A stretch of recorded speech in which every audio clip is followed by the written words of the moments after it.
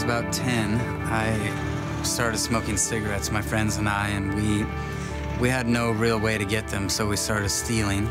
Anything we wanted that we didn't have the money to get or couldn't get, we just started stealing. And when I was 21, we were smoking marijuana every day, but one day we just couldn't get any anywhere, and one of my friends had run into somebody who had a bunch of coke, and he said, well, we can't find any marijuana, but we can get some coke. And we got some.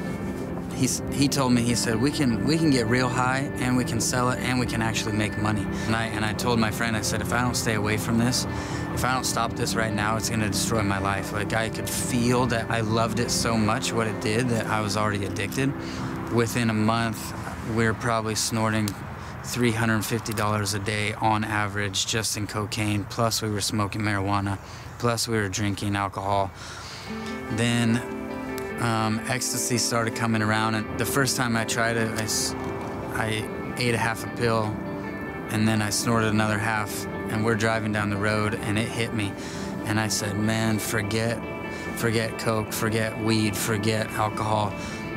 If I did this the rest of my life, this is all I care about. And so within days, where I'm eating and snorting 5, 6 pills every single day, and we're selling them.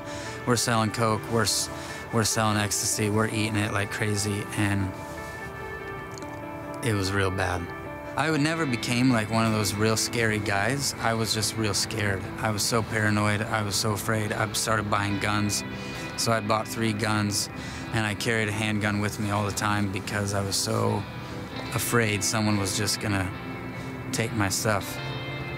A friend had got me a job in a restaurant that was a very nice restaurant in our city, like the nicest in the city, and they were training me to be a chef.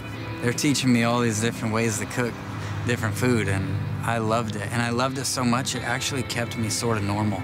I mean, I was still selling at the time, but I came to work one day, and the head chef brought me in, and he said that I had yelled at somebody, and I didn't remember doing that, and he just fired me right on the spot, just no warning, no nothing.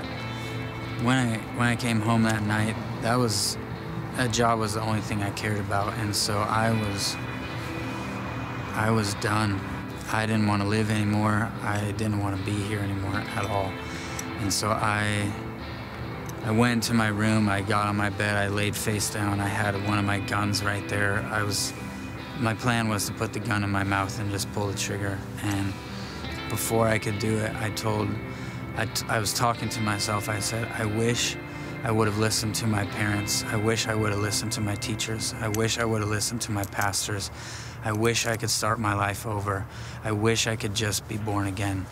And I feel somebody walk into the room, and I hear a voice say, you must be born again. And so I told Jesus, I said, if you can get me out of this, I want to help kids not go down the path that I went down. And I said, if you can make me born again, if you can change me, I need you to do that. If you can't do that, I'm going to kill myself. And all these sins started pouring out of me. I just confessed everything that came to my mind, and I'm weeping and laying on my face, just crying and confessing everything. And I think I fell asleep about an hour into it and woke up the next day a different person. The colors looked brighter. I had no desire for drugs, no need for drugs. My world had just fallen apart, but it had also been put back together in one moment, and I was free.